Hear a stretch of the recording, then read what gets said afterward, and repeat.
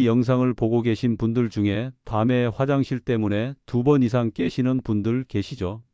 안녕하세요. 18년 동안 노년 수면과 몸의 변화를 연구해온 박사입니다.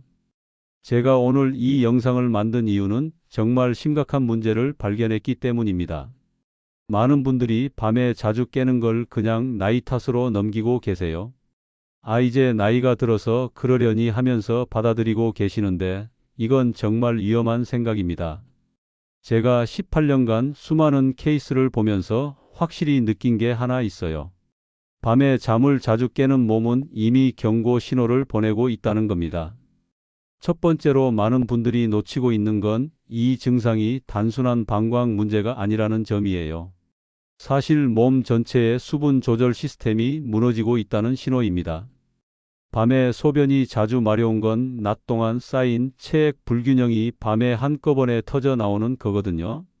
두 번째로 더 심각한 건 이 신호를 무시하면 연쇄 반응이 일어난다는 겁니다. 밤잠이 깨지면 낮에 졸리고, 낮에 졸리면 활동량이 줄어들고, 활동량이 줄어들면 순환이 더 나빠져서 밤에 또 깨게 됩니다. 이런 악순환이 계속 반복되는 거예요. 세 번째로 가장 무서운 건 이 패턴이 기억력과 인지 기능까지 망가뜨린다는 점입니다. 깊은 잠을 못 자면 뇌에서 독소를 제대로 빼내지 못해요. 그러면 기억력이 흐려지고 판단력도 떨어집니다. 단순히 화장실 문제가 아니라 뇌 건강까지 위협받는 상황인 거죠. 그런데 다행히 이 모든 문제는 올바른 방법만 알면 충분히 개선할 수 있습니다. 오늘 이 영상 끝까지 보시면 왜 지금 당장 습관을 바꿔야 하는지, 그리고 어떻게 바꿔야 하는지 분명히 아시게 될 겁니다. 지금 어느 지역에서 이 영상을 보고 계신지 댓글로 남겨주세요. 제가 상담실에서 자주 만나는 분들 중에 밤마다 2~3번씩 깨서 화장실을 다녀오시는 분이 계셨어요. 대구에 사시는 72세 김정수님이라는 분이셨는데요. 이분의 하루 일과를 들어보시면 정말 안타까우실 거예요. 김정수님은 밤 11시에 주무시러 들어가면 새벽 1시, 3시, 5시 이렇게 정확히 3번을 깨신대요. 한 번 깨면 다시 잠드는데 30분에서 40분씩 걸리고요. 아침 7시에 일어나면 머리가 무겁고 온몸이 찌뿌둥해서 하루 종일 기운이 없다고 하셨어요. 낮에는 졸려서 텔레비전 보다가도 깜빡깜빡 졸고 외출할 때마다 화장실 걱정부터 앞서서 멀리 나가기가 무서워졌다고 하시더라고요. 더 심각한 건 사람 만나는 것까지 줄어들기 시작했다는 거예요. 친구들과 약속을 잡아도 중간에 화장실 때문에 불편할까봐 자꾸 취소하게 되고 집에만 계시니까 우울감까지 생기기 시작했다는 거죠. 이런 상황이 2년 넘게 계속되고 있었어요.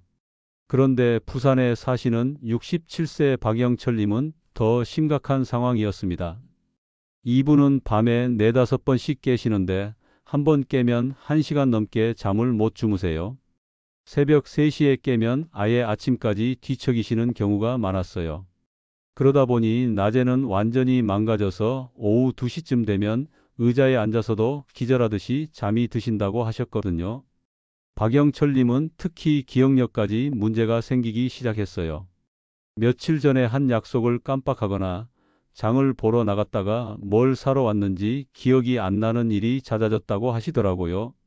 가족들은 치매 초기가 아닌가 걱정하기 시작했고 본인도 불안해하시는 상황이었습니다. 이 두 분 모두 여러 곳에서 검사를 받으셨는데 특별한 문제가 없다는 말만 반복해서 들으셨어요. 그래서 물을 줄이고 저녁마다 참고 또 참으셨죠. 김정수님은 오후 6시 이후로는 아예 물을 안 드시고 박영철님은 저녁 식사 때도 국물을 피하실 정도였어요. 하지만 그럴수록 몸은 더 긴장했고 밤은 더 힘들어졌습니다. 물을 줄이니까 낮에는 입이 바싹바싹 마르고 변비까지 생겼어요. 그런데 밤에는 여전히 깨니까 정말 답답해 하시더라고요. 구독과 좋아요 부탁드리고요. 끝까지 보시면 왜 지금 습관을 바꿔야 하는지 분명히 알게 됩니다. 첫째로 이런 증상을 방치하면 낮의 삶 전체가 무너진다는 점, 둘째로 단순히 참는 것만으로는 절대 해결되지 않는다는 점, 셋째로 올바른 방법만 알면 충분히 개선할 수 있다는 점을 확실히 보여드릴게요. 이제부터 그 이유를 하나씩 짚어보겠습니다. 여러분도 혹시 비슷한 증상을 겪고 계시다면 끝까지 집중해서 들어보세요. 밤에 깨는 몸이 보내는 진짜 신호에 대해서 말씀드릴게요. 제가 18년 동안 연구하면서 발견한 놀라운 사실들을 하나씩 설명해 드리겠습니다. 첫째, 밤에 소변이 잦다는 건 몸의 수분 조절 신호가 완전히 깨졌다는 뜻입니다. 많은 분들이 물을 덜 마시면 해결될 거라고 생각하시는데 사실은 정반대예요. 서울대학교 노인의학연구소의 2019년 연구에 따르면 낮 동안 수분 섭취가 부족한 그룹에서 오히려 야간 빈뇨 증상이 더 심하게 나타났거든요. 이게 왜 그런지 설명해 드릴게요. 낮에 물이 부족하면 몸은 생존을 위해서 수분을 최대한 보존하려고 해요. 그런데 저녁에 누우면 하루 종일 다리와 발목에 고였던 수분이 갑자기 심장으로 돌아와요. 그러면 혈액량이 급격히 늘어나면서 신장은 깜짝 놀라서 이 물을 빨리 빼내려고 합니다. 결국 밤에 소변이 더 많이 만들어지는 거죠. 실제로 인천에 사시는 74세 최미영님 같은 경우도 그랬어요. 낮에 물을 거의 안 드시고 저녁에도 참으셨는데 밤에는 오히려 더 자주 깨셨거든요. 제가 낮 수분 섭취를 늘리라고 했더니 처음엔 의심스러워 하셨지만 2주 후부터 밤에 깨는 횟수가 줄어들기 시작했어요. 둘째, 나이가 들면서 밤에 소변을 줄여주는 항이뇨 호르몬의 작용이 약해집니다. 정상적으로는 잠들 무렵부터 이 호르몬이 분비되어서 신장에서 물의 재흡수를 늘려요. 그래서 밤에는 소변이 적게 만들어지는 거죠. 하지만 60세 이후부터는 이 호르몬의 분비량이 30% 정도 줄어든다는 게 고려대학교 내분비 연구팀의 연구 결과예요. 이때 몸은 밤과 낮을 구분하지 못하고 계속해서 소변을 만들게 됩니다. 마치 공장에서 야간 근무조가 제대로 교대를 못하고 24시간 계속 일하는 것과 같은 상황이에요. 이런 상황에서는 단순히 물을 참는다고 해결되지 않아요. 호르몬 리듬 자체를 회복시켜야 하거든요. 광주에 사시는 69세 이종수님 경우를 보면 저녁 7시 이후로 완전히 금수를 하셨는데도 밤에 3번씩 깨셨어요. 그런데 제가 권해드린 생활 리듬 조절법을 실천하신 후에는 호르몬 분비가 정상화되면서 증상이 많이 개선되셨거든요. 셋째, 하지 정맥순환 장애가 숨어 있는 경우가 많습니다. 낮에는 중력 때문에 혈액과 체액이 다리 쪽으로 몰려요. 특히 오래 앉아 계시거나 서 계시면 발목과 종아리에 부종이 생기죠. 그런데 밤에 눕게 되면 이 수분이 한꺼번에 혈관으로 돌아갑니다. 연세대학교 순환기내과의 2020년 연구를 보면 하지 부종이 있는 고령자의 85%에서 야간 빈뇨 증상을 동반했어요. 이분들은 낮에는 소변량이 적다가 밤에만 갑자기 늘어나는 패턴을 보였거든요. 대전에 사시는 71세 김성호 님도 그런 케이스였어요.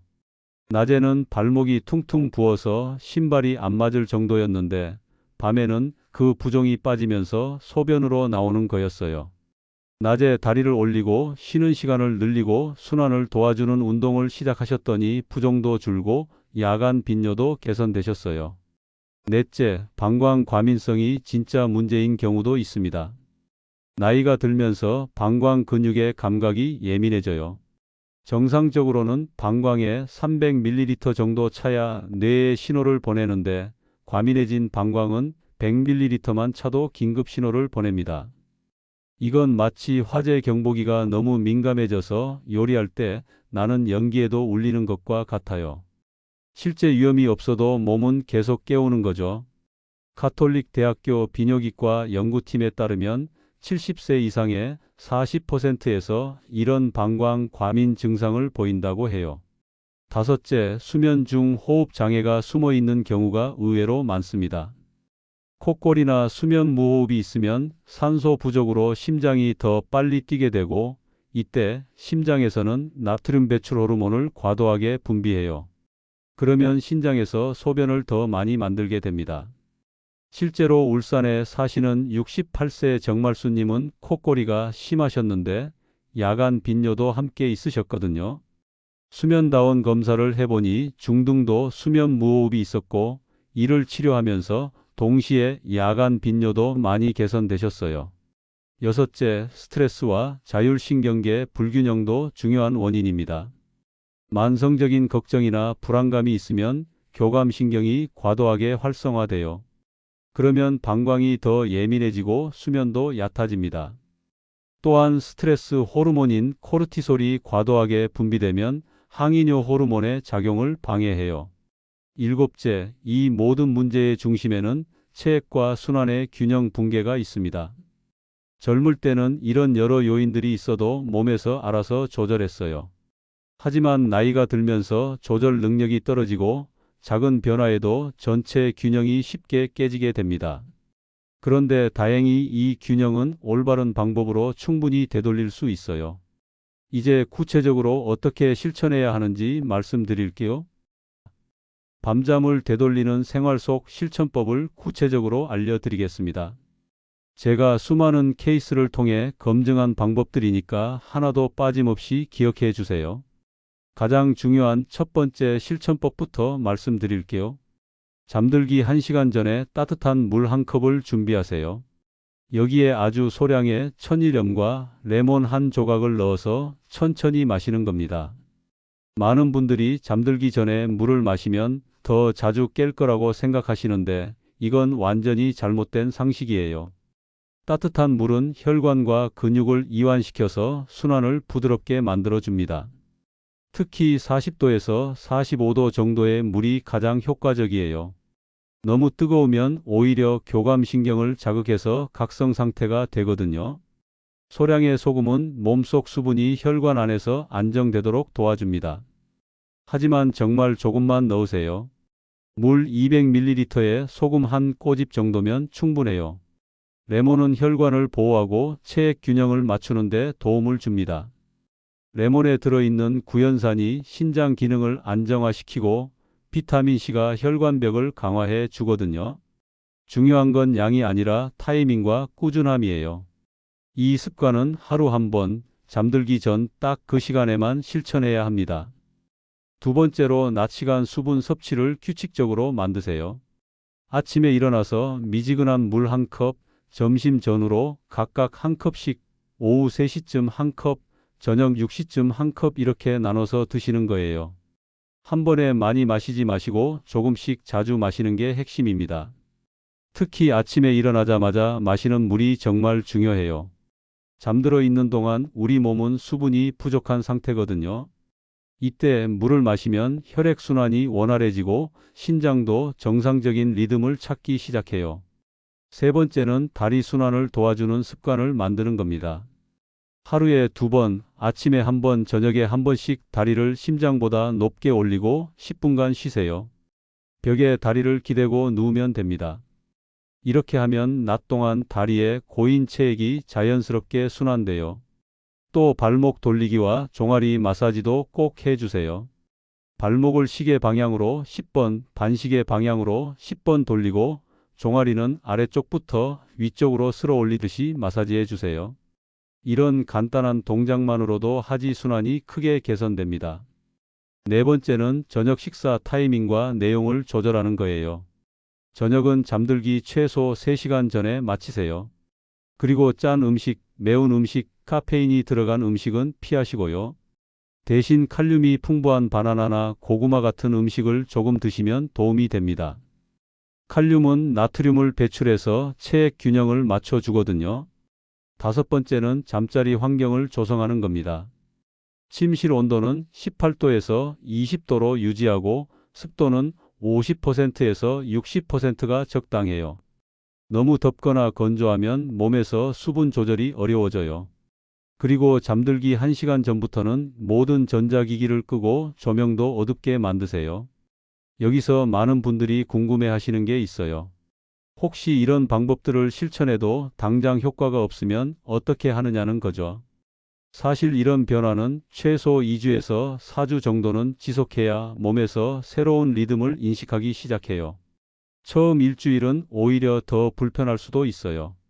하지만 포기하지 마세요. 또 다른 질문도 많이 받아요. 약물을 복용하고 있는데 이런 방법들이 괜찮을지 걱정하시는 거죠. 기본적으로는 문제 없지만 특히 혈압약이나 이뇨제를 드시는 분들은 전문의와 상담 후에 실천하시는 게 안전해요. 이제 마지막으로 왜 이 작은 습관들이 삶 전체를 바꾸는지 정리해 드리겠습니다. 많은 분들이 밤에 자주 깨는 걸 당연한 노화 현상으로 받아들이고 계세요. 그래서 그냥 참고 살면서 점점 낮의 삶까지 포기하게 됩니다. 외출도 줄이고 사람 만나는 것도 피하고 취미 활동도 그만두게 되죠. 하지만 이건 정말 안타까운 일이에요. 제가 지금까지 말씀드린 내용을 다시 정리해드리면 밤에 자주 깨는 건 단순한 방광 문제가 아니라 몸 전체의 수분 조절과 순환 시스템이 불균형해진 거예요. 항이뇨 호르몬의 분비 리듬이 깨지고 하지순환이 나빠지고 방광이 과민해지고 자율신경계까지 불안정해진 복합적인 상황인 거죠. 하지만 제대로 관리하면 분명히 개선할 수 있습니다. 실제로 제가 만난 수많은 분들이 올바른 방법으로 밤잠을 되찾으셨거든요. 밤에 깊게 주무시게 되니까 아침이 훨씬 가벼워지고 낮에도 활기가 넘치고 기억력과 집중력도 돌아왔어요. 무엇보다 자신감이 생겨서 다시 활발한 사회생활을 시작하시는 분들을 많이 봤습니다. 잘못 관리하시는 분들과 제대로 관리하시는 분들의 차이는 정말 극명해요. 잘못 관리하시는 분들은 물을 무조건 참고 화장실을 억지로 참고 그냥 나이 탓으로 넘기면서 점점 더 위축되세요. 반면에 제대로 관리하시는 분들은 몸의 리듬을 이해하고 생활 습관을 조금씩 바꿔가면서 근본적인 개선을 이루어내십니다. 오늘 제가 드린 방법은 특별한 치료나 비싼 장비가 필요한 게 아니에요. 오늘 밤부터 바로 시작할 수 있는 작은 변화들입니다. 첫째, 잠들기 1시간 전 따뜻한 물에 소금과 레몬을 넣어서 마시는 습관. 둘째, 낮 시간 규칙적인 수분 섭취와 다리 순환 관리. 셋째, 저녁 식사 조절과 수면 환경 개선. 이 세 가지만 꾸준히 실천하셔도 분명히 변화를 느끼실 거예요. 무엇보다 중요한 건 포기하지 않는 마음가짐이에요. 2주에서 4주 정도는 기다려 주시고 작은 변화라도 기록해 두시면서 긍정적인 마음을 유지하세요. 몸은 분명히 반응할 겁니다. 다음 영상에서는 밤잠을 망치는 의외의 음식 습관에 대해 자세히 말씀드릴 예정이에요. 특히 저녁에 드시는 특정 음식들이 어떻게 야간 빈뇨를 악화시키는지, 그리고 반대로 어떤 음식들이 숙면에 도움이 되는지 구체적으로 알려드릴게요. 오늘 내용이 도움이 되셨다면 지금 어느 지역에서 이 영상을 보고 계신지 댓글로 한 줄만 남겨주세요. 여러분의 댓글 하나하나가 더 좋은 정보를 만드는 데 큰 힘이 됩니다. 그리고 주변에 비슷한 고민을 하시는 분들이 계시다면 이 영상을 꼭 공유해 주세요. 모두 건강한 밤잠으로 활기찬 하루하루를 보내시길 바랍니다.